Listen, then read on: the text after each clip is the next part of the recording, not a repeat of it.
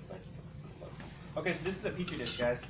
Normally we use these for like growing bacteria or for other various things that we would like to use in the science classroom. But today they're going to be the dish that we keep our goldfish on as we observe them underneath the microscope. We don't want them just flopping around. We're not going to put them on a slide. They're going to be in the petri dish. Now you're only going to need one of these, so I'll give one to one group and the other one to the other group. We'll use the high side one this time.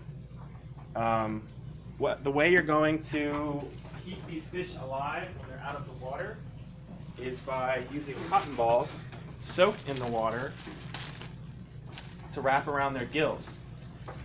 This will allow them to breathe, and it'll give them a sense of calm even when they're out of the water. So first you're going to take your cotton ball. You're going to want to kind of spread it out. You don't want to rip it in half, but you do want to spread it out enough to where you can take the cotton ball and then fold it over the fish. In a very joking but accurate way, you're kind of making a fish taco with the cotton ball.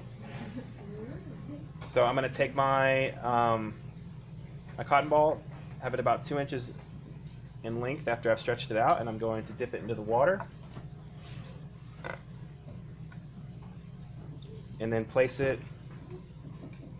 on the petri dish. You don't want too much water in there. You want a little bit, like maybe a very thin layer. And then what you're going to want to do is you're going to want the fish tail to stick out the side so that you can observe it, while the rest of the fish is inside of the cotton ball. You're going to want to try your hardest not to touch the fish. If you touch the fish, then the oils on your skin remove the oils on their scales, which makes it easier for them to die. Just think about this. The more you touch it, the quicker it dies. So don't touch it. Now, we may have some fish die. That's why we have 30 fish. But we're going to do our best to keep them alive, and we're going to do our best to treat them correctly.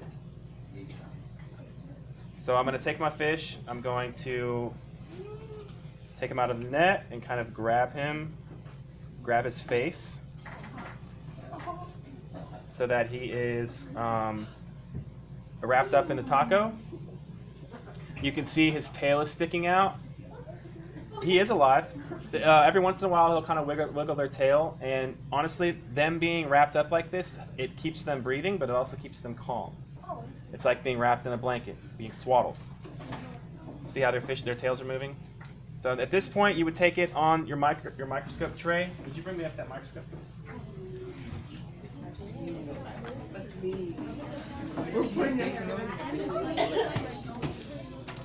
All right, you're going to want to have your tray low.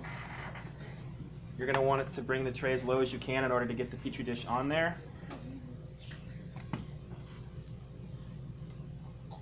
You'll put the dish on the tray.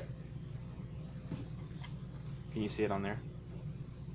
And then you turn your microscope on, and you should be able to observe the tail underneath the microscope.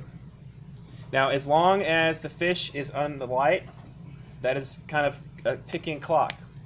The longer the fish is underneath the light, the longer that heat is being exposed to its circulatory system and its tail, and it's not great for it. If it's about a minute or two long of an observation, that's fine. But if you get up and walk around and go check out the body system bob and go over here and do something, and you're just leaving that fish cooking, it's not good for the fish. So if you're not observing it, please turn the microscope off. Now I'm going to have 2 tanks. I'm going to have one for these 3 tables, one for these 3 tables. I'm just going to split these fish up into one of these. And I'm going to let you guys go ahead and start grabbing your fish. You can go ahead and turn that off.